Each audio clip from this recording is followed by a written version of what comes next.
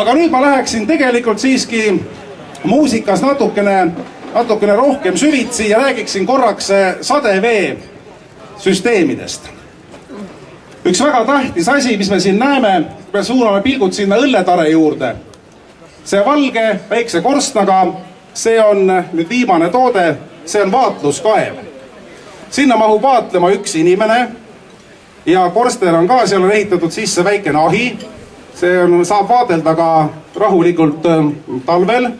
Ja milleks see on, sest arvutused näitavad, tegelikult EKA poolt tehtud arvutused näitavad, et sadevete hulk nüüd lähemal ajal suureneb keskelt läbi aastas enam kui 2000 millimeetrit päevas ja sellise asjaga nagu sadeveed ei ole mõtet enam võidelda, sest neid tuleb lihtsalt liiga palju.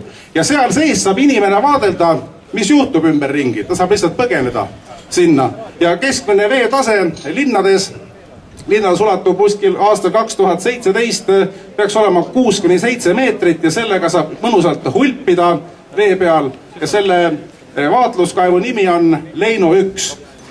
Ja see on selline huvitav, kes tahab, võib sinna sisse minna, on värviteler on seal, loomulikult tagant, seal on ka luuk, kust inimene loomulikult toitub ja sealt lähevad ülejäägid välja. Ja kui on hea sööja, siis saab selle reaktiivjõuga ka liikuda vee peal. Nii et see on meil katsetusel ja võib inimene rahulikult sinna sisse minna.